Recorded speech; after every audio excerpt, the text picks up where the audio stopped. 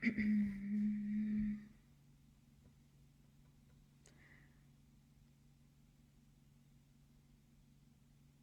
we're live.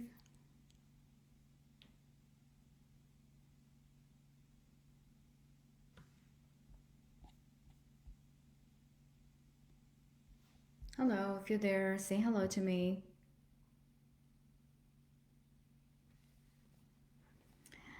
Assalamu alaikum. Welcome to the third session of our event Happily Ever After.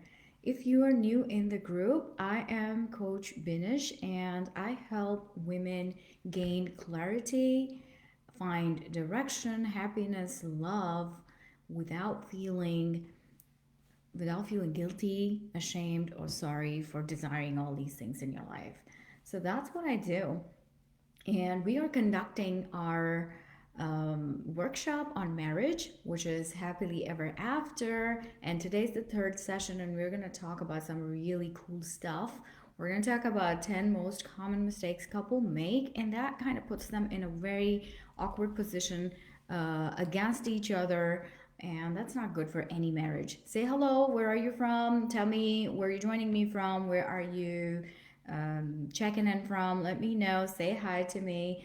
I hope you're all doing wonderful, and I'm so excited to have our third session. We're almost at the end of the workshop, only one session left.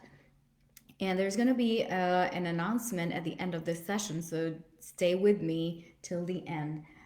Okay, so let's begin. So, the first session, a quick review for the first session, we talked about our actual intention to get married, right? That should be our actual intention. What should be our actual intention to get married? And we learned that our intention is to come close to our Creator, is to build that strong relationship with our Creator, and we learned how we can do that being in a marriage. And then we learned in the second session, we learned some keys to successful marriage. Say hello to me. Where are you from? Where are you joining me from? Are you new in the group, or have you been with me for a while? Let me know. I would love to have an interactive session with you all. So I just don't want to be like me talking. I want you guys to give me some input, ask me questions. So it's an interactive session. It's more beneficial. Somehow I enjoy that more. So go ahead, say hello. Um, Tell me where you're joining me from. All right, so let's continue. In the second session, we talked about some keys to a successful marriage. Walaikum assalam, Huma. Good to have you here. Where are you joining me from, Huma? Tell me that. Tell me where are you joining me from? So, our session today is going to be very interesting. Okay. So, we learned that our intentions to get to marry is to get close to Allah subhanahu wa ta'ala, to get close to our Creator, to get close to God. And then we learned a few keys to a successful marriage, some very important keys which if we utilize them in our marriage is going to help our marriage grow healthy and happy. Today, we're going to talk about some psychological aspects of how the spouses, react with each other, how they communicate with each other, and what are the misunderstandings, how are the misunderstandings happening that are causing friction in our relationship. Columbus, Ohio, my home. Hey, welcome, Huma. Great to have you. So, marriage, like I mentioned in the group, I shared this post. Marriage is a lottery which you may never win, but if you did, it's an amazing thing. There is nothing better than a happy marriage. It's very important part of our lives. This is not a matter of a day or two, this is not a one night stand. It is like for life. You get married to this person thinking that you're going to be living the rest of your life with this person. So it needs some preparation. You cannot just jump into this decision, this huge decision of your life all of a sudden. Hello, assalamu alaikum, Nabiha. Where are you joining me from? Great to have you. Um, so we cannot just jump into this beautiful relationship just like that without being prepared, without knowing what to expect and how to work things out. So we need to learn all of that stuff.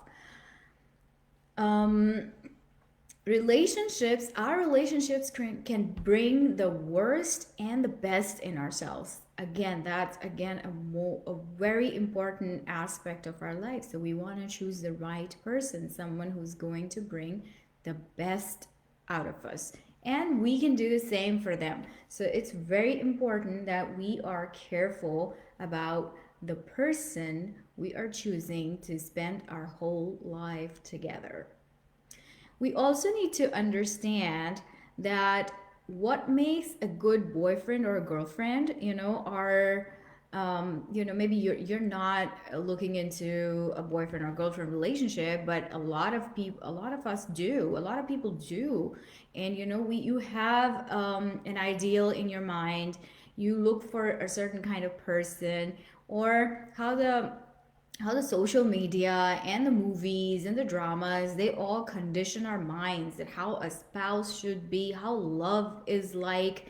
So any sort of those things, let's call it like a boyfriend or girlfriend situation, because that's usually when two people are at their best and they behave really nice and loving and kind towards each other, and as soon as they get married, things are falling apart, something happens. So we need to understand that anything that is good to make a good boyfriend or a girlfriend can doesn't have to be a good material for a husband or a wife, because when somebody is in a relationship outside of marriage, things are very different. You're very careful, you're very nice to each other, you're polite, you're kind, you're sweet, you're loving. You're not seeing each other every day, you're longing for each other, because there is a limitation.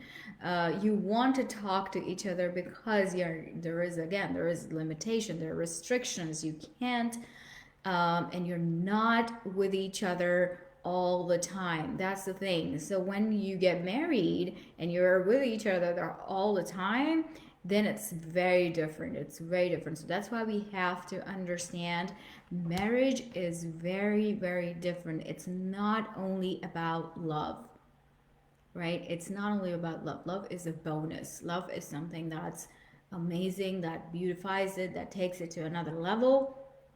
But marriage is not only about love. So there is something very, very, what do you say? It was an eye-opening lesson for me. What I learned while preparing for this workshop was unconsciously, and this was a revelation to me too, and that's something I was doing in my marriage as well. Unconsciously, even though we have learned what should be our intention or not, keeping that aside, that's an ideal situation, but unconsciously we get married to um, to find someone who can help heal our wounds. Let me repeat that. I know it's strange. It may be new for you, but this is so true. We all have wounds from our childhood, from our past, from whatever has happened before we got into this relationship. So what happens is that when we are looking for this person, we're looking for the person who will help us heal our wounds, and that's where we're wrong. So that's that, unfortunately, consciously or unconsciously, this happens to most of us, and this happens to the people who are not aware of themselves. You may not even realize you're doing that, but you are doing that. This is something I was doing in my marriage, and it really hurt me. It really hurt my spouse. It really hurt my relationship because it was something very wrong to expect from another person. It's not fair. But what happens is that usually in our marriages, both parties are coming from with baggage. Both parties, both of the spouses are coming with some baggage, with some pain from the past, and that's what they're expecting from each other, that the other person is going to help them heal. The other person is going to understand whatever I'm feeling right now, whatever I'm going through right now. Why am I having this outburst? You should understand it, you should relate to it, you should help me through it. And this other person has no idea what's going on. Oftentimes you've probably heard that men are complaining that I don't even know why she's upset, I don't even know why she's crying. And it doesn't always have to be something with the past, but a lot of times women are going through these hormonal changes in their bodies, and just regular going through your menstrual cycle, periods, yeah, having kids, pregnancy, all that stuff. It's like too much to handle sometimes, and you just want to cry, and you just want to just yell and scream at somebody. And unfortunately, that one person who is the most important person in your life becomes the bait. He becomes the prey. And it happens either way. Men, when they are dealing with some stress and struggle at their work, outside the house, something, or even the frustration of taking care of this family, trying to provide for this family, is so stressful and pressurizing that the only place they feel comfortable letting it out is their wife. um, Most of the time they don't even get upset with their kids. It's the wife that has to suffer, that has to deal with all that outburst, all the anger, all the frustration.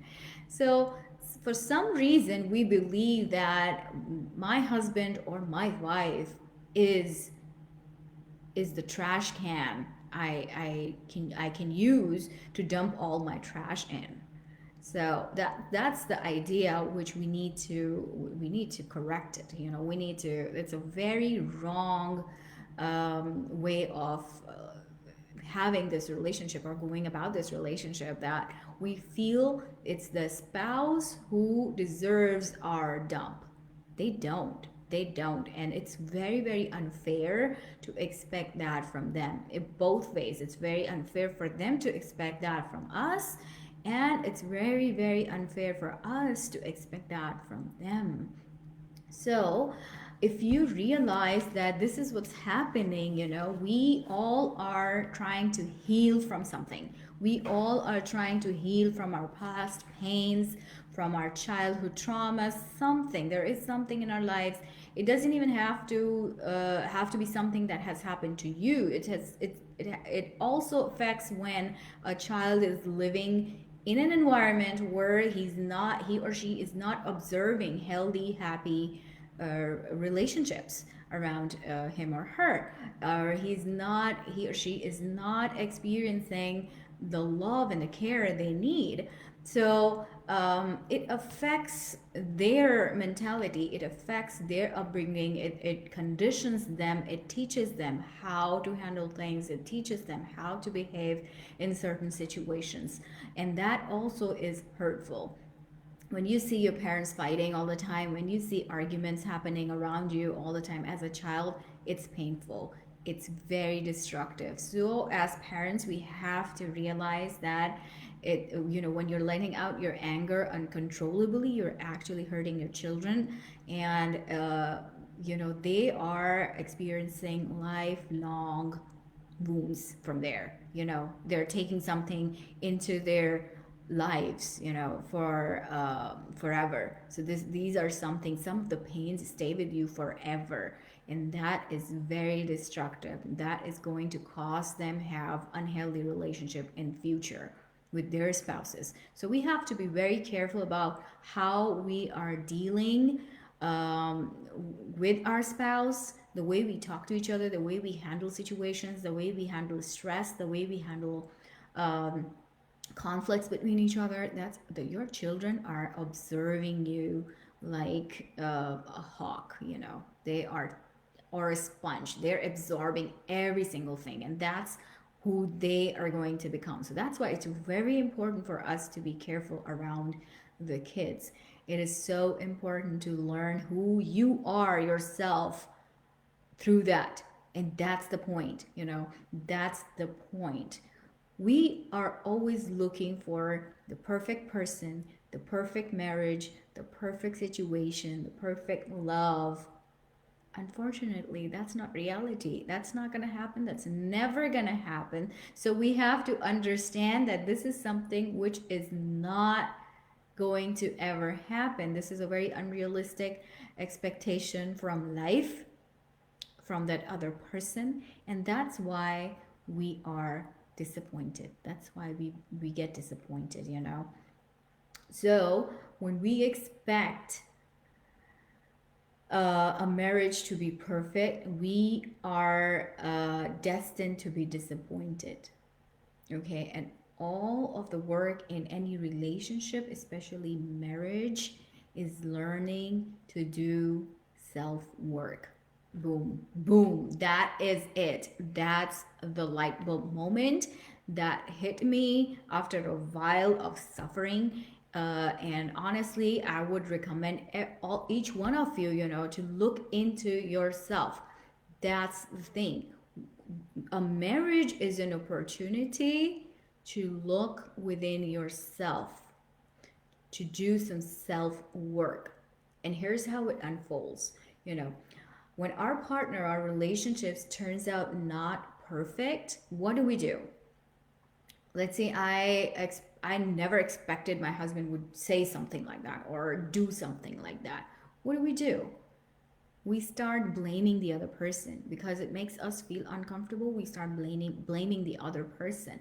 So what happens is that when we are not doing our self work, that's what you tend to do. That's what we tend to do. We tend to blame the other person because we haven't done our own work, our inner work. So that's what we have to learn. This is the reality that it's not always about you. So let's say if your husband is uh, and you can actually relate to that better if you put yourself in the situation. Let's see, something from the past hit you. Okay, a bad memory, a sad memory, it came back to you, and you're feeling sad and pain. Your heart is aching, and you feeling frustrated or irritable. And then your husband comes and says something, just usual, normal, and your response is a blowout. You know, you just blow up. After a few minutes, when you calm down, you realize that it wasn't even his mistake. He didn't even do anything. I don't know why I reacted this way. And then you go and you apologize. Okay, fine. But you realize what you want from him in those moments. What do you expect from him in those moments? Is that when I am blowing up like that, just give me that excuse that maybe I'm going through something. Maybe there's something emotional going on in my head and I'm not even able to realize that. Right? So it's exactly the same in another way, in the opposite direction. You know, when your husband is maybe lashing out on you, it may not even be you. So we have to stop personalizing things. We have to stop thinking that everything is about me. Oh, this person didn't smile at me because they don't like me. Oh, this person didn't say hello to me because they don't like me or they're jealous of me, or you know, that's why they're talking, you know, just assuming stuff, you know, making up things, judging or thinking for the other person. Come on. Not everything in the world is about you. Okay? So if I'm upset, maybe I'm upset and I didn't talk to you the way I should have, the way I'm supposed to, but I'm upset about something else. It doesn't have to be you. It's not you, it's me. So you have to understand that and you have to give that excuse to the other person as well. You know, maybe he's having some difficulty at work. Maybe there is something going on at work. Maybe he is worried about something. Maybe he's frustrated about. It's not always me. It's not always me. It's about them. Somebody is upset, somebody yelled at you, somebody snapped at you. It's not always you, because of you. Okay? It's not always because oh, they don't like me, oh, they hate me, oh, they never talk to me like this, and they never, uh, they're never polite with me, blah blah blah. No, no, don't personalize. You expect that excuse for yourself, give that excuse to your spouse as well. And the reality is that no one in the world can fix our wounds, can heal our wounds, but ourselves. So we have to work on our wounds ourselves. Okay? Let me repeat that again. No one in the world can help you heal but yourself. You have to do the work. You have to do the work. I can give you tips. People can give you multiple tips. I mean, you don't even have to ask, and people give advices and suggestions. They're there. But, uh, but remember, until and unless you do the work, you're not going to heal. So realizing the fact that I am actually expecting too much from my spouse.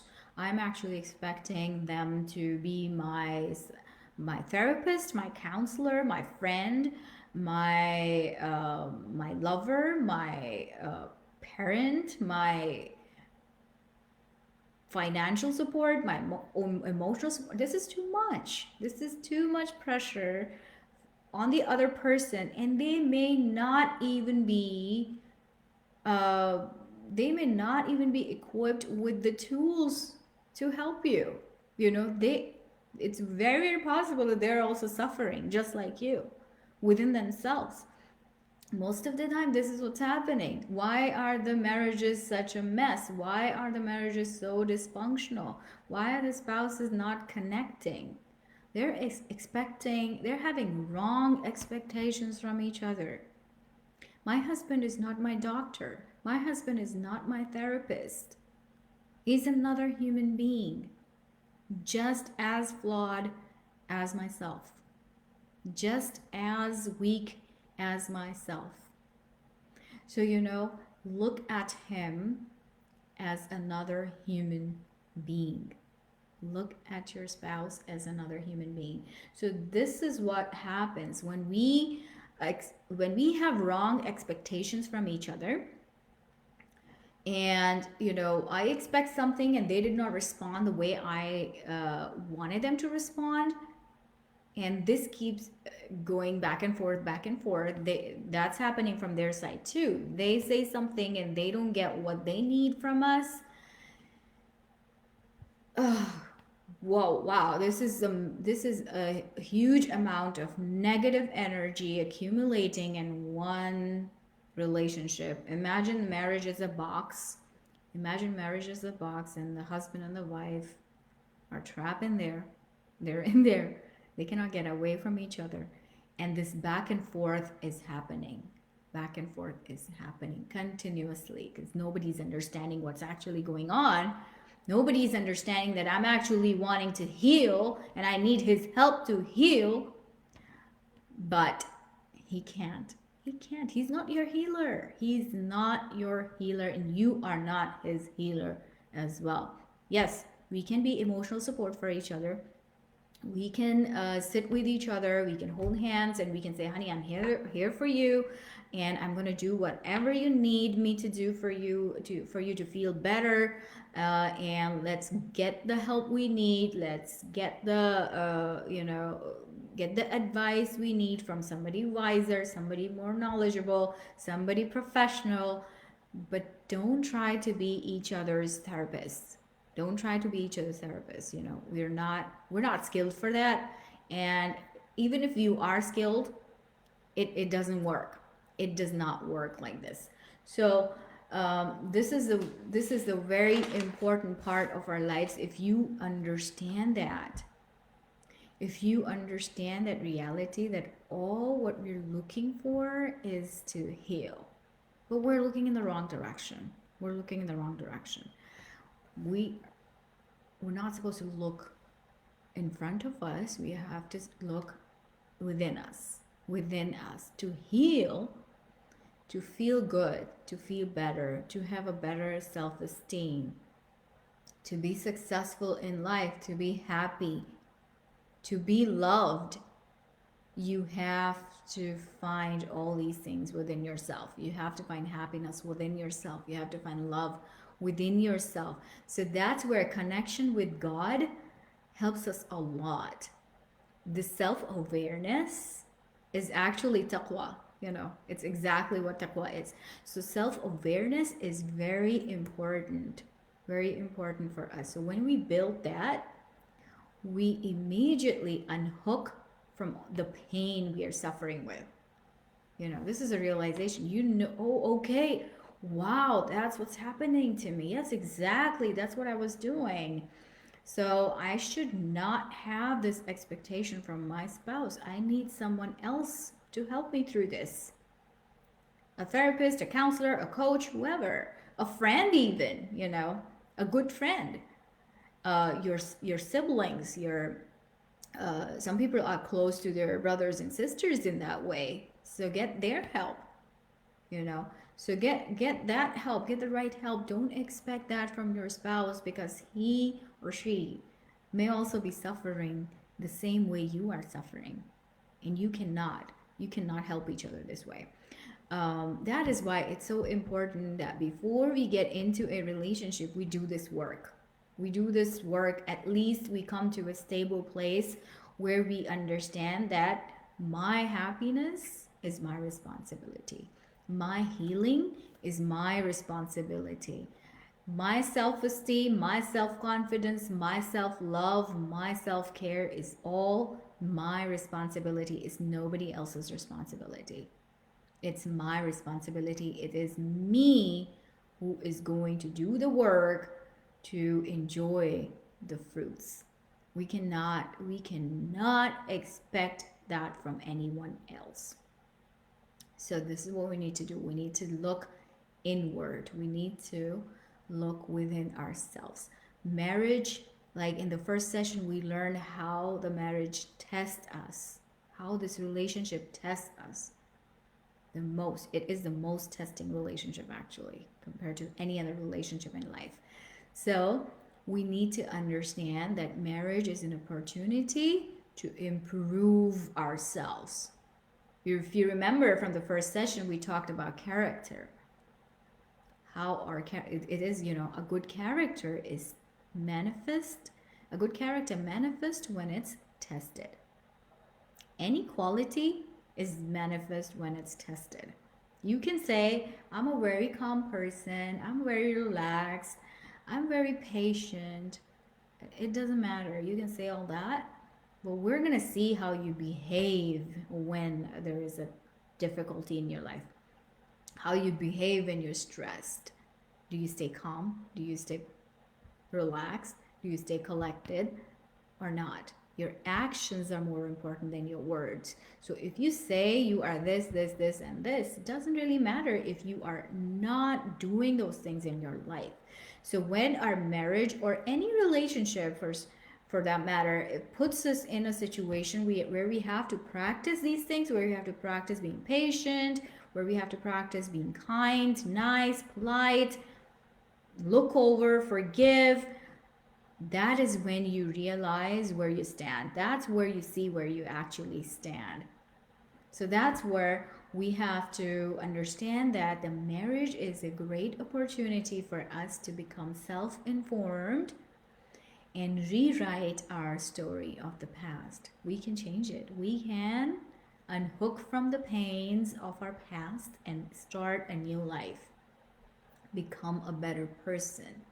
And the minute you realize that, the minute you recognize that, and you start your inner work, you unhook from the pain. Now you are a different person. Now you're a completely different person. And that is an amazing opportunity. It opened doors for you and your spouse to create happiness and love in your lives.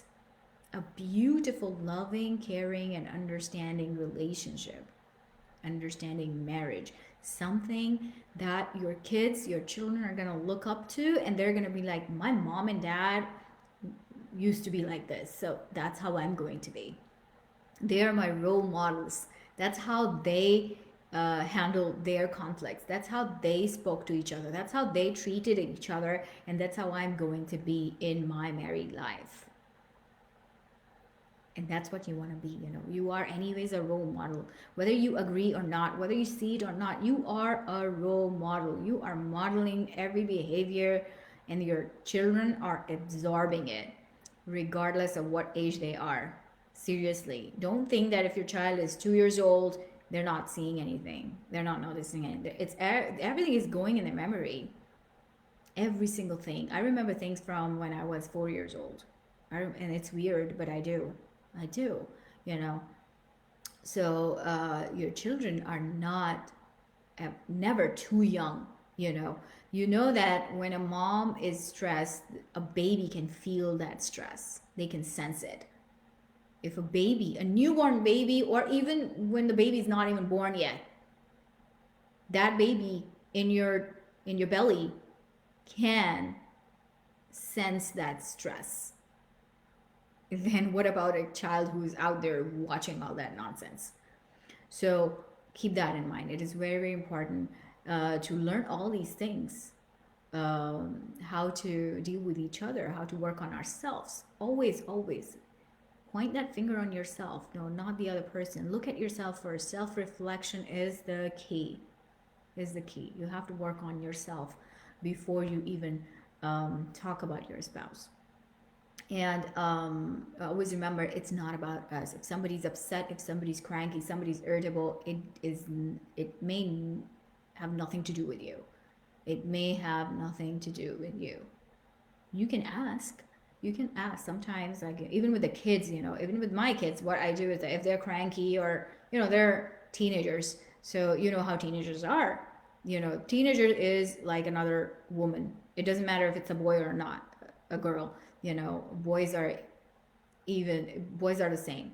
Their emotions are going up and down, just exactly the same way as a girls, as girls experience, or as you and me, as women experience. I sometimes tell my son that at least you're gonna grow out of it. Yeah, I have to live with it all my life.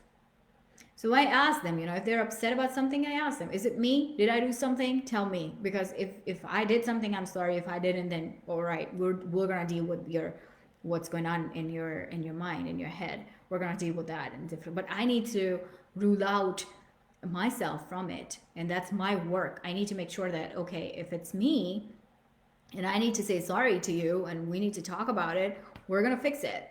But if it's not me, then for myself, it's not for them, it's for me. I don't want to feel guilty for no reason, because somebody is upset.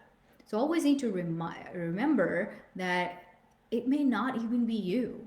Somebody's going through something in their life. Somebody is struggling with something. Somebody are dealing with some emotional stress. It's a part of daily life, and it doesn't have their action doesn't have to do anything with yourself. So always remember that too.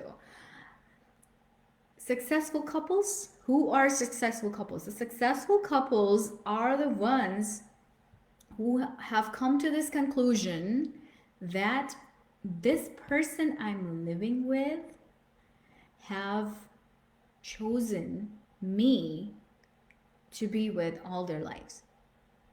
And that's something so beautiful. Every day, you or your spouse is choosing to be with you. Having that conclusion is the key to successful marriage. Because now you're not going to take them for granted. Now you're going to think that, okay, every second of our lives, we all have a choice. We all have a choice. And we choose to be with this person. And this person is choosing to be with us. Yeah, so more than looking at yourself like, oh, I choose to be with this person. No, that person is choosing to be with me. What do you think? You're an easy person. You're very you're the best wife. You're perfect. No, you're not. You have your flaws. You have your weak moments. You have your ugly moments, right? And they're still living with you. They're still living with you. So we have to remember that this person is choosing to live with me for the rest of our lives. So my life. So I have to be aware of that fact, and this is great. I have to be grateful for that. So a conclusion of what we just talked about is that the key to a happy life, the key to build a happy relationship is that both of the spouses need to do their inner work. The inner work is very important. The both of the spouses need to do their inner work. Let's come to the 10 most common mistakes couples make. Juicy part, right? So the most common mistakes couple make is that you see the honeymoon period, the love time when the love is in the air, and oh, I cannot live without you, and I cannot live without you. Things, all that stuff is going on. That lasts for about maximum for about 2 years.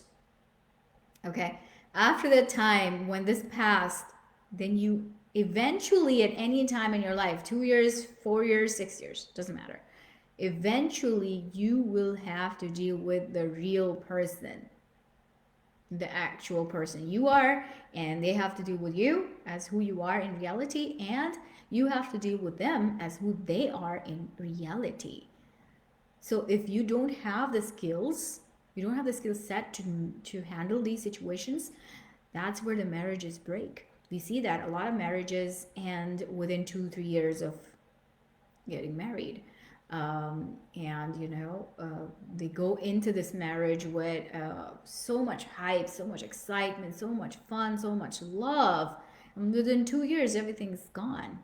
What happens within 2 years? That's it. Didn't even last 2 years. Something's off here. We're not doing something right if that's happening, and it's becoming more and more common. So the first most common mistake couples make is they take each other granted. They take each other for granted.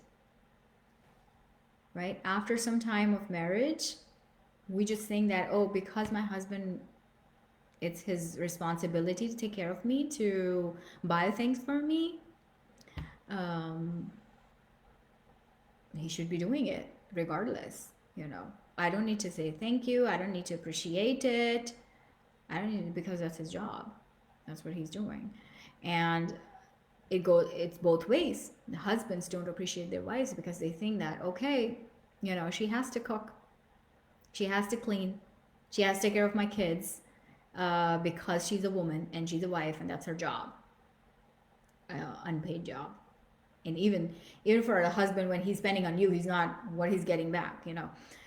So we're living our lives as chores, and that's why we're not appreciating each other. Even if somebody does a chore for you, you should appreciate them. I'm not talking about like every single second of your day or your life. You're like, thank you so much, I appreciate. No, once in a while, here and there, once in a week, once in a month at least, tell each other that you appreciate each other. You're grateful that I'm grateful that you are a part of my life. I would not want anybody else but you. I'm so lucky. Tell each other that. It is so important. It's so beautiful. It just takes your marriage another mile. It's just the most beautiful thing when your spouse comes to you and tell you, honey, I'm so grateful that you are my wife. I would not choose any other person besides you. I love you so much. Thank you for taking care of my kids. Thank you for taking care of my house. Thank you for keeping it clean for me. Tell me, are you going to like it or not? If your husband comes to you and tell you that, are you going to like it or not? I'm going to love it. And it's the same way, That's what most of the men are looking for. They're looking for appreciation. You know, here and there, once in a while, say thank you. Thank you for supporting us. Thank you for working so hard for us. It's because of you we're enjoying all these blessings of our lives. It's because of the husband, right? And if you work, good, you're contributing, awesome. But if you don't work, and even if you do work, it is a lot of barakah, a lot of goodness is coming from him. From him, he's giving you, uh, he's giving you love, respect, honor, protection. There's so much, so much. SubhanAllah. So be very grateful. Don't take each other for granted. Second thing we do, we try to be too honest sometimes. You know, we've heard honesty is the best policy. Well, it's not. It's not. Not always. In your relationship with your spouse, don't be too honest. You don't have to be too honest. You know, it doesn't matter how your husband, um, what do you say? Like, okay, if he's wearing something weird and he looks, you have to choose your words wisely. How do you like it when you go to your husband and it's where it's such a common thing that happens? Do I look fat? And they say something like, yeah, or you know, something you don't want to hear. Don't be too honest. You know, wrap, sugarcoat stuff. Yeah, plain as that. Sugarcoat things between you and your spouse. Both of the spouses need to do that. Sugarcoating. And that is another very beautiful thing to do. So don't be too honest. And number one mistake was don't take each other, spouses take each other for granted, and that's uh, put a negative tension between the two. Number two is when we try to be too honest. You know, that's something we should not be doing. Number three is that you overstep your partner's boundaries. If I want, I want my me time, um, this hour of the day, whatever it is, you know, that's okay. That's okay. Let me have that time. If he wants his time, personal time, let him have it. If he wants to go with his friends, spend some time with his friends, let him do that. Let him do that. And he's going to do the same for you. Right? There are boundaries. You need to talk to each other about those boundaries and maintaining those boundaries before, during, before and during the marriage. So you have to, you know, it is an ongoing, sometimes it's an ongoing discussion because the other person is not understanding the concept of boundary, where we generally are coming from in our society, in our culture. Boundary is nothing. What is boundary? I didn't even know. From like 4 years ago, I had no idea boundary is a thing. And I learned it much later, that I have to have a boundary and I have to have my boundaries, and I cannot let anybody in uh, through that. You know, they cannot cross it. There are different boundaries for different people, for different relationships, but we can't let people cross when they want to cross some boundary, what they want to do. We cannot let them do that. So have set and clear boundaries between yourselves and communicate that to each other. Then what we do is number four is that we make assumptions. Instead of asking, instead of talking about something, we assume stuff. For example, let's say if for me, what if when I'm sick? Okay, when I'm sick, what happens is that I don't want to be left alone in my room. I want to be somewhere where people are around me. That makes me get better faster. Um, so if I am in my room, you know, for some reason I'm sleeping or resting and I just cannot come downstairs, I want people to come into my room. The other person might think that they're gonna disturb me by doing that. So on their part, what they're doing is that they're keeping away from me because they don't want to disturb me, and I'm here thinking that they have abandoned me. I'm left alone because I'm sick. Nobody's coming into my room now, and I'm alone. You know, so that's something we need to communicate. with each other. We need to tell each other that, hey, no, I want people around me. I want you to come check on me. That's gonna make me get better faster. Um, and or they need to ask me, what do I need, instead of just assuming something. I need to ask them, what do you need? What I can do to make you feel better, what I can do to help you, or what do you feel like. So have that open communication with each other. Ask questions, not like too much. Don't interrogate now, but inquire about each other. Be inquisitive. Like, I'm interested in what you think about something. I'm interested in knowing how would you want to be treated in a certain situation. Ask each other these kind of questions. Learn more about each other. And then number 5, we avoid conflicts. We avoid conflicts. The biggest reason because we avoid conflict is because we don't know how to confront somebody. We don't know how to defend ourselves. We don't know how to stay rational through a discussion. We become emotional. We become upset. We personalize things. So that's the reason why most of the people avoid conflicts. Okay, and I was the same person. I was exactly this way. I had to learn how to bring my concern up without getting emotional. Okay, it's very important, and it's very effective if you do that way. If you just jump into a conflict without knowing your next step, and ending up in emotional rut, then it's not going to go anywhere. It's going to become a mess. It's just a destruction. It's destruction.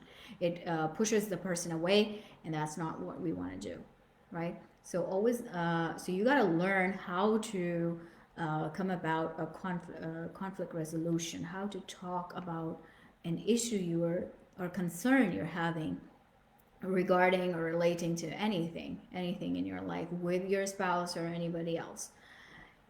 Okay, number 6, what we do is that we depend too much on our spouses.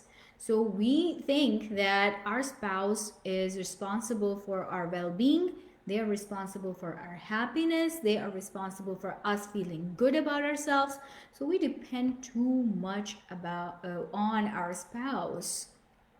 And in that process, because what we're looking for is approval. All the time we're looking for approval.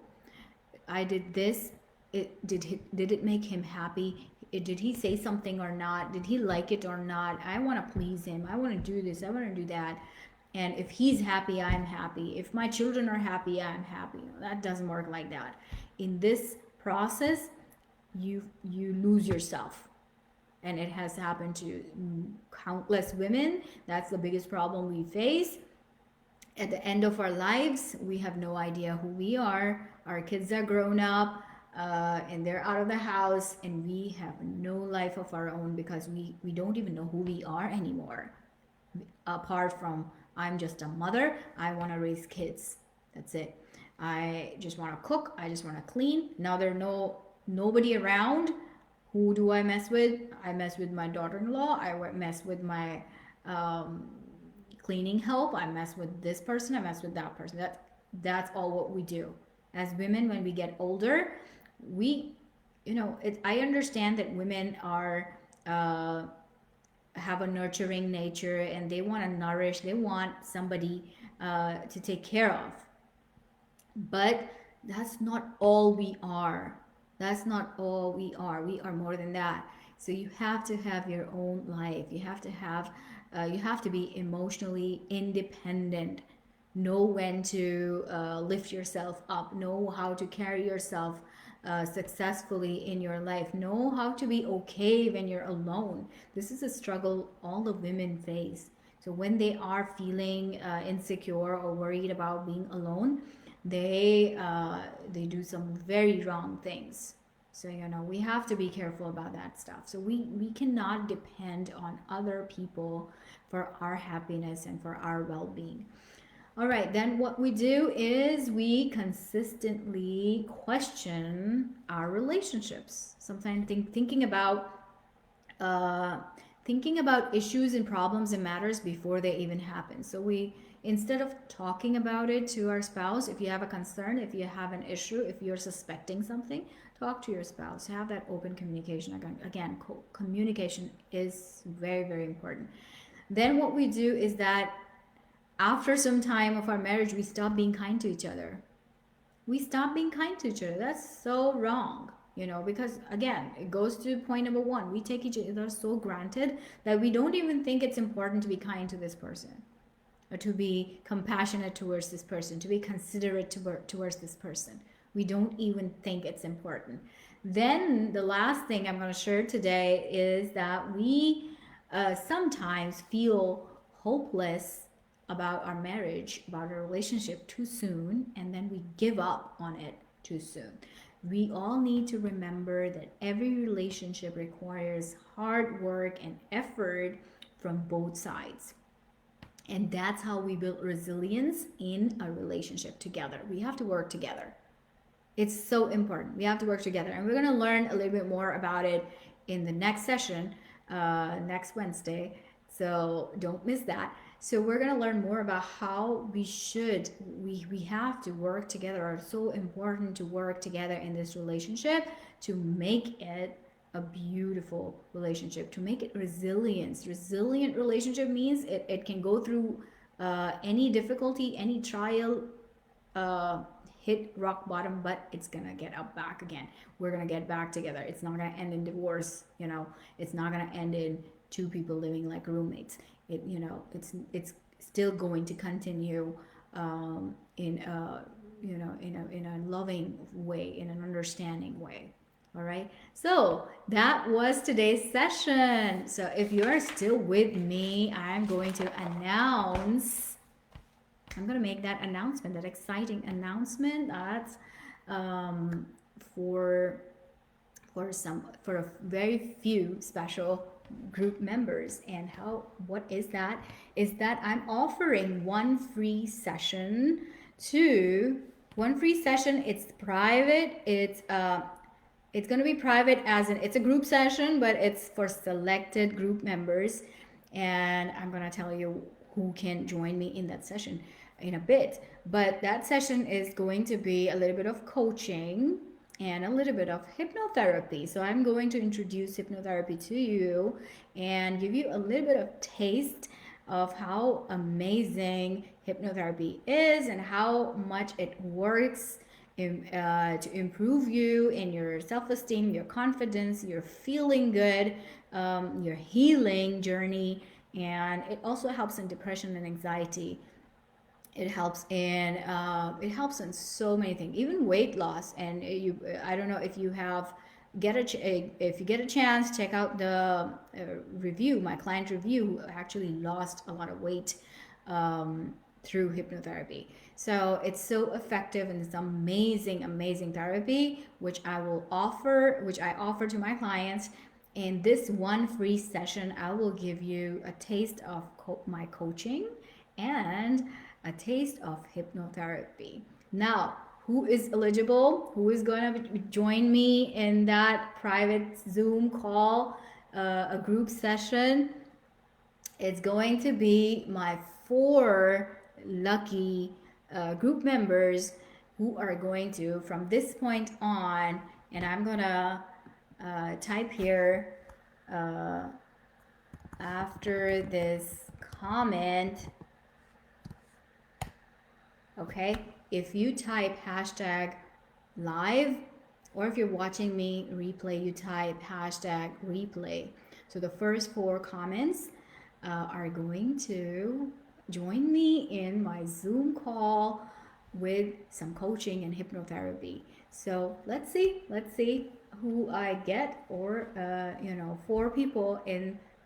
If you are attending my session live, just comment hashtag live, and if you are attending, watching me and recording, type hashtag replay. And the first 4 comments, the first 4 members of my group are going to join me in the Zoom call where we're gonna do some fun, some private fun that I do with my paid clients. All right, so I'm going to let you guys go now. I had a wonderful session. Do let me know, how did you like it? Did you learn something new? Are you benefiting from these sessions? And don't forget, the last session is next Wednesday, same time, same place. And I'm really excited and I'm preparing for that too. And I'm having a wonderful time doing these workshops. And I'm going to continue doing some more on different topics. If you have any ideas, do share that with me. If you are watching me in recording, type in comment below, comment hashtag replay. Let me know where you are joining me from. It was wonderful having you all here. Nabiha, Rabia, Nadia, Zubi, and Huma, and Hayazaka is actually my aunt, my khala, and it's so she is actually my huge support. So I love having her in my sessions, and I'm going to introduce her too one time. I plan to inshallah have her online with us and share some of her wisdom with us as well. All right, so with that, I'm going to end today's session, and very excitedly waiting for the next session. Inshallah, I'll see you then. Until then, take care of yourselves. Have a wonderful, wonderful holiday week. Happy Thanksgiving to you all. Just the last nugget is be grateful for so many things around you. If you don't feel grateful right now, look around yourself, look at your body. uh, uh, there are so many reasons we should be grateful for in our lives, and I hope you find some too. I wish you all the best and all the happiness and love in your lives. Take care, you guys. I'll see you next week. Bye. Assalamu alaikum.